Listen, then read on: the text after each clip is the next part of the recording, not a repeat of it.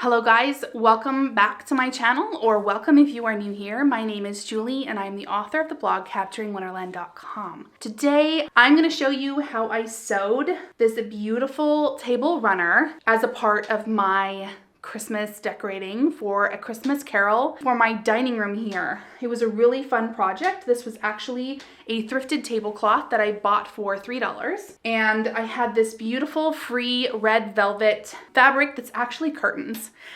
Hilariously. I used one of them as a tablecloth and I think it's gorgeous. And then I used the other one as scrap pieces to create this beautiful tablescape as well as my dresser skirt. They were both really fun and somewhat simple projects. This one was a little bit more in depth because I had never made anything like this before. It required making ruffles on two ends, but you'll get to see all of that coming up with all of the instructions on how I made it. I hope that you understand it and that it's legible because, to be honest, I was troubleshooting the whole time because, like I said, I'd never made anything like this before and I have honestly never seen anything like it before. So without further ado, let's get into the process. So let's start on our dresser skirt. So I'm just going to measure the top. It's about 32.5 inches. And I would say I probably want it to hang down 6 inches. So 32.5 plus 12 is 44.5. And it needs to be about 16 inches. So it needs to be 18 by 46.5 because I'm adding an inch on either side for my seam allowance. So 18 by 46.5. Let us cut out our fabric. Now I have this fabulous red velvet fabric that my mom found at a thrift store, and I've just been waiting for the perfect use for it, and now I have it.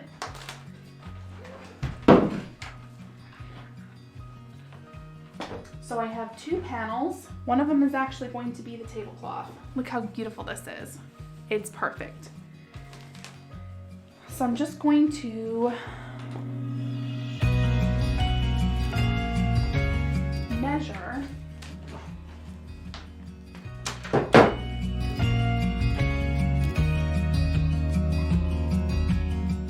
I should probably just take out this seam at the bottom. That's probably what I'm going to do.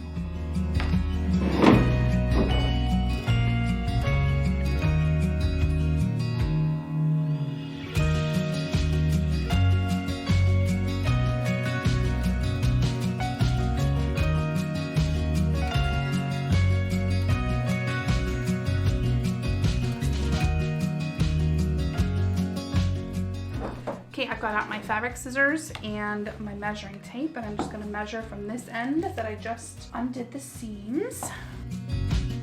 I have to be very careful because I really do want it symmetrical this time.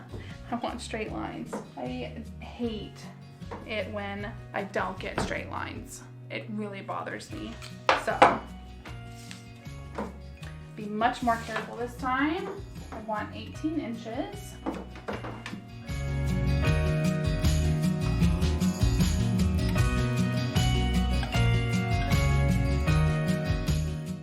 So if I want 46.5 inches, it's folded in half, so I need 23.25 inches. Okay, so less than this.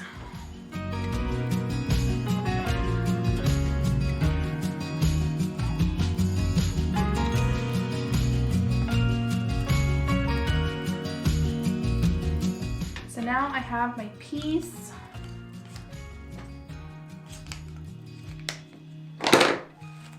Of 18 inches deep and 46.5 inches wide. Next thing to do is to fill my bobbin with thread that actually matches.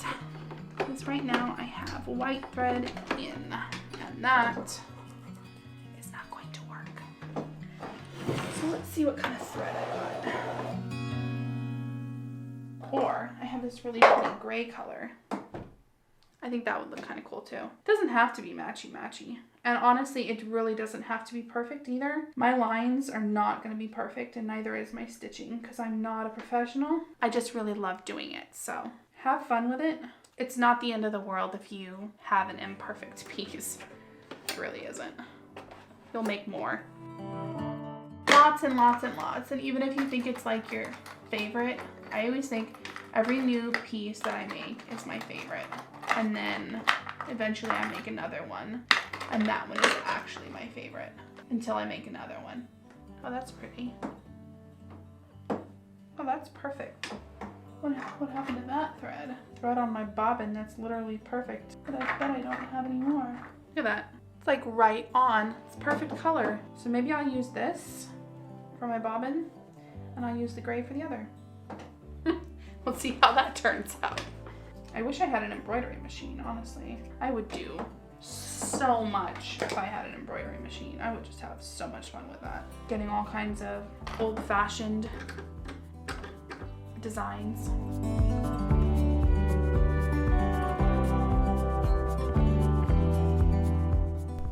All right, let's get to business here.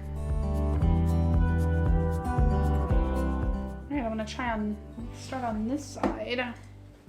And I'm literally just creating a hem. Roughly a 1/2 inch hem, honestly. Well, maybe a little bit less. Don't forget to check your stitching. Make sure it's not on zigzag. And then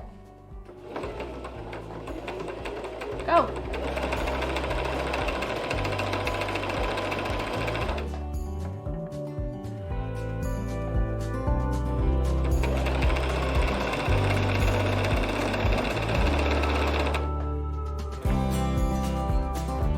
That worked out great.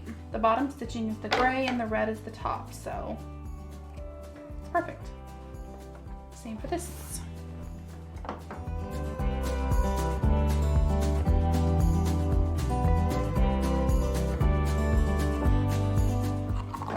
Okay, hear me out. Would it be weird to add this to it? Like, I feel like it just needs a little bit of something. I just think that's so cute.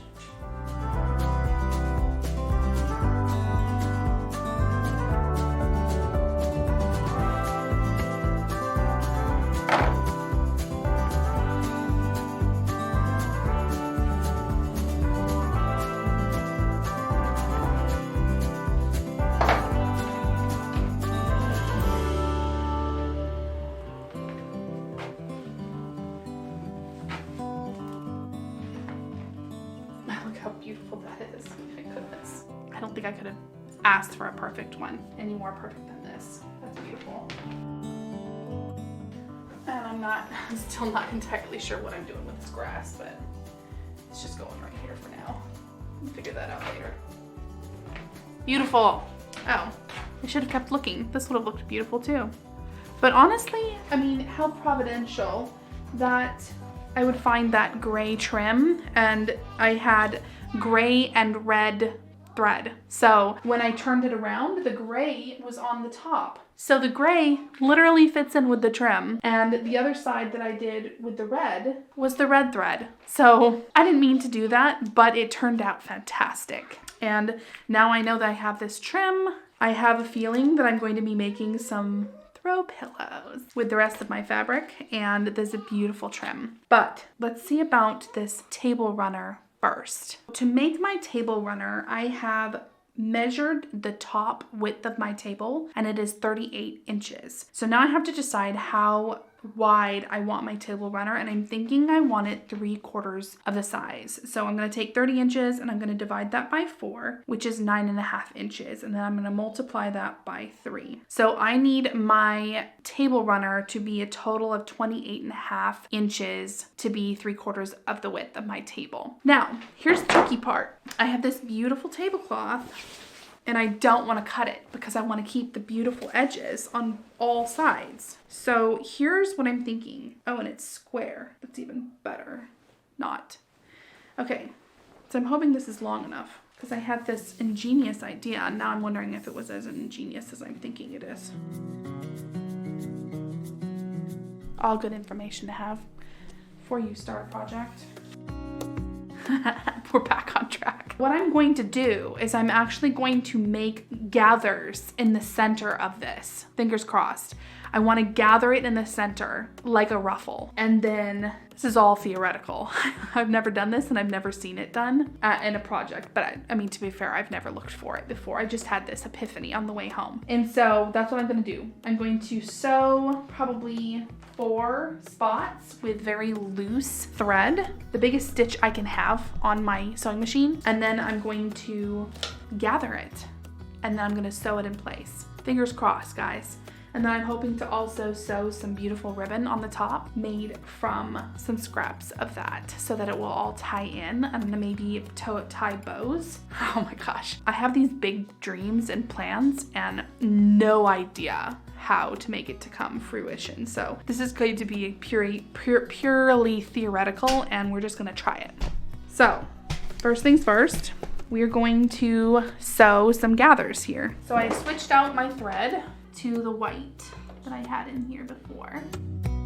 Okay, so I'm gonna turn it to my largest stitch, which is 10 for me. And then I'm gonna put this down to like nothing, the tension. I'm putting the tension down to like super low. Okay, so you're asking me, or I'm thinking to myself here, how should I space these suckers apart? So if it is truly 60 whatever inches long, let's do from the inner white here, 28. That is not awesome.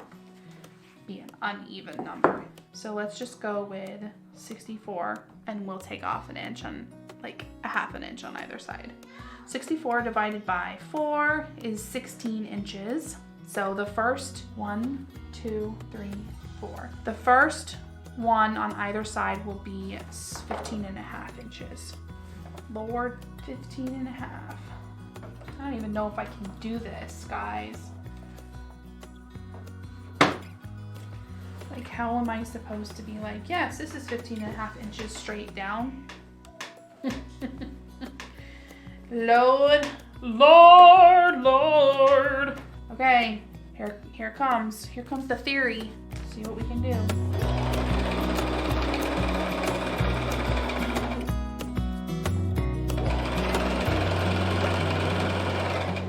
I'm just following the straight lines in the fabric and hoping I end up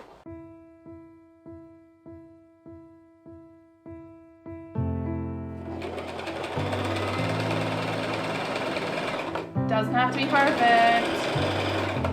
I'm telling myself.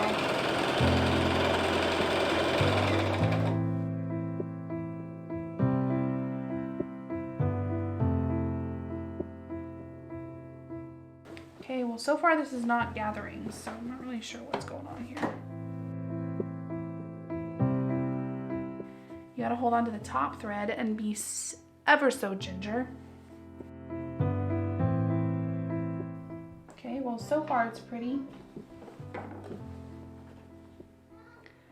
So let's see if it's 28.5 inches. I'm going to, okay, so it needs to be let out a little bit. Okay, so we have our footprint here. So I'm gonna go ahead and sew on top of this because I don't want to lose it. I don't want it to ungather. So I'm gonna go back to my 6 and my tension of 4, and I'm going to actually do a zigzag stitch right on top of it. Cross your fingers, guys.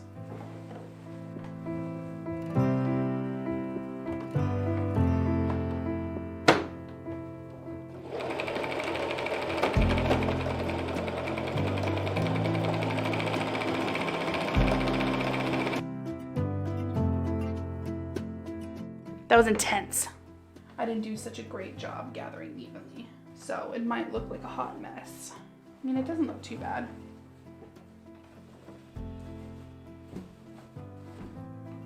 And I can gather a little bit more when I sew the ribbon on top of this, which I'm so excited about. I'm going to sew, actually, honestly, maybe I'm only going to do one on each side. So put my tension back down to 0, change my stitch to a number 10, and let's do the other side. At least I have my lines set up.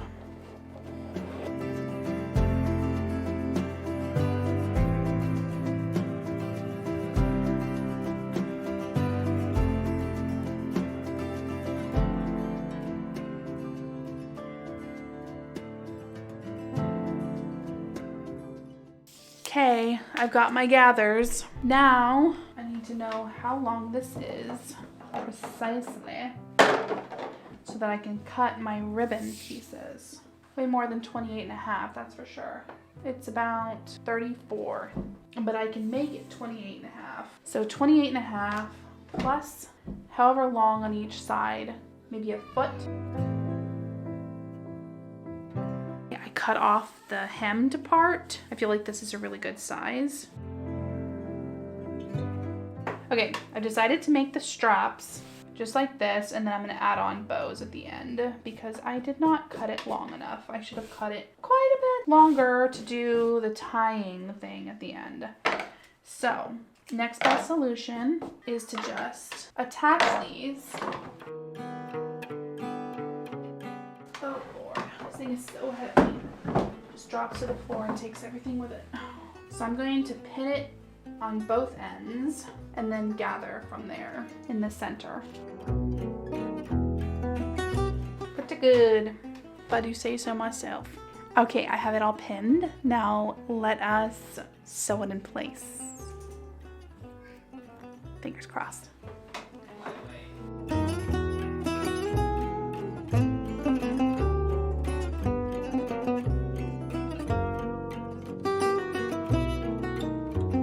Looks like a very fancy dress for my table.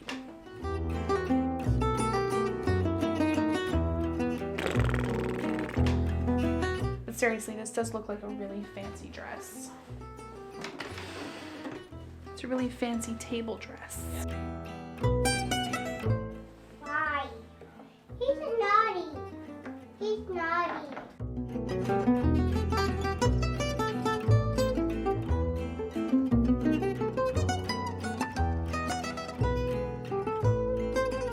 Okay, let's see how it looks.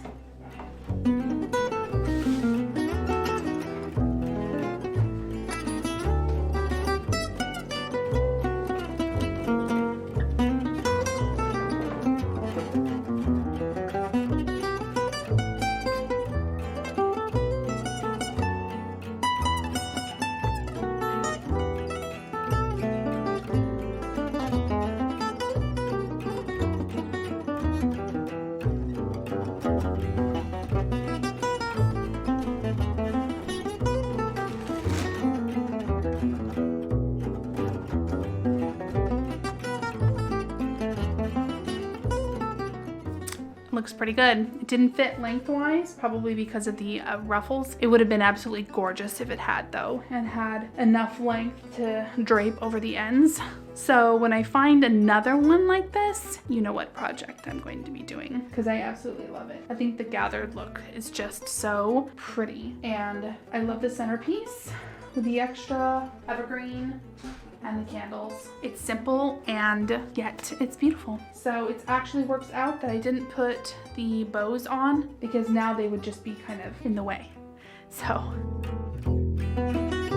there you have it, the entire tutorial from start to finish. I don't know that I would actually call it a tutorial because it felt like a mess half the time and I was really guessing on how to put it together. But I hope that I gave you a little bit of inspiration, especially since this entire thing cost me $3. Really inexpensive project. If you can find this beautiful fabric at thrift stores, it's everywhere. It's at tablecloths, sheets, blankets, curtains, obviously. Any kind of fabric that you can find at thrift stores that is beautiful, you can find a way to repurpose it and make something absolutely gorgeous out of it that is 100% unique and custom for your own home. I also used a couple of scraps as curtain tiebacks, which I absolutely love. Again, it just tied it all together in this room for my dining room reveal, and I am so happy. And of course, with my tablescape comes this fresh cedar garland in the center with my dough bowl and my brass candlesticks, which are also thrifted. I hope that you enjoyed watching me make this, and I hope that you come back. I've got more great content on its way. I have some really cool Christmas ornaments and also a Christmas card garland that I'm gonna put together here for you, and can't wait to show it to you. Thanks again, guys, for watching all the way through. If you've made it this far, don't forget to like the video if this is content that you enjoy, and subscribe to my channel if you want to be a part of this community here at Capturing Wonderland. Thanks again, guys. Talk to you later. Bye.